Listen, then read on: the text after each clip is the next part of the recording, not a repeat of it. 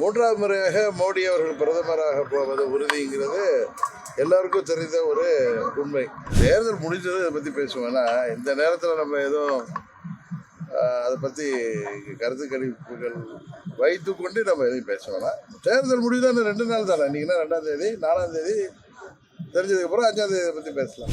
உங்களுக்கு நல்லா தெரியும், நான் எப்பயுமே கோயிலுக்கு போவேன். அதனால் மற்ற தலைவர்கள் போகிறத பற்றி நம்ம சொல்கிறது மரியாதையாக இருக்காது. நேற்று கூட நான் எப்போ வந்தாலும் போவேன், உங்களுக்கு தெரியும்.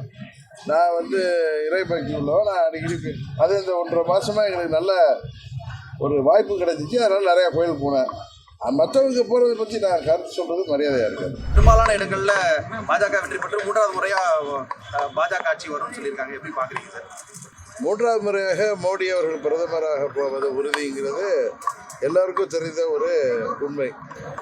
அப்புறம் தமிழ்நாட்டில் மட்டும் மாற்றி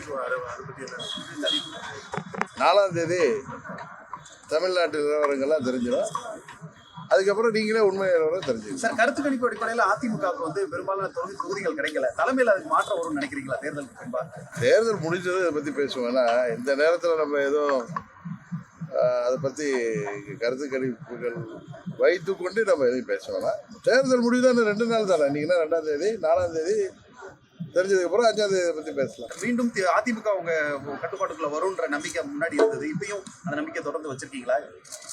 அம்மாவுடைய தொண்டர்கள் எல்லாம் ஒன்றிணைங்கிறது தான் என்னுடைய நம்பிக்கை. அதுக்காக தான் நாங்கள் முயற்சி செய்வோம். வாக்கு எண்ணிக்கை நடந்த கடைசியாக அரசியல் தலைவர்கள் கோவில்களுக்கு அதிகமாக சொல்றதை பார்க்கலாம். அரசியல் வெற்றி ஆயுதமாக ஆன்மீகம் பார்க்கலாம். உங்களுக்கு நல்லா தெரியும், நான் எப்பயுமே கோயிலுக்கு போவேன். அதனால் மற்ற தலைவர்கள் போகிறத பற்றி நம்ம சொல்கிறது மரியாதையாக இருக்காது. நேற்று கூட நான் எப்போ வந்தாலும் போவேன், உங்களுக்கு தெரியும். நான் இறை பக்தி உள்ளவன். நான் அடிக்கடி அது இந்த 1.5 மாதமாக எங்களுக்கு நல்ல ஒரு வாய்ப்பு கிடைச்சிச்சு. அதனால் நிறையா கோயிலுக்கு போனேன்.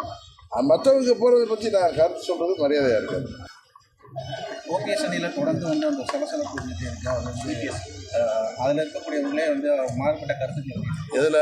ஓபிஎஸோட எல்லாம் 4ஆம் தேதிக்கு அப்புறம் எல்லாம் சரியாயிடும்.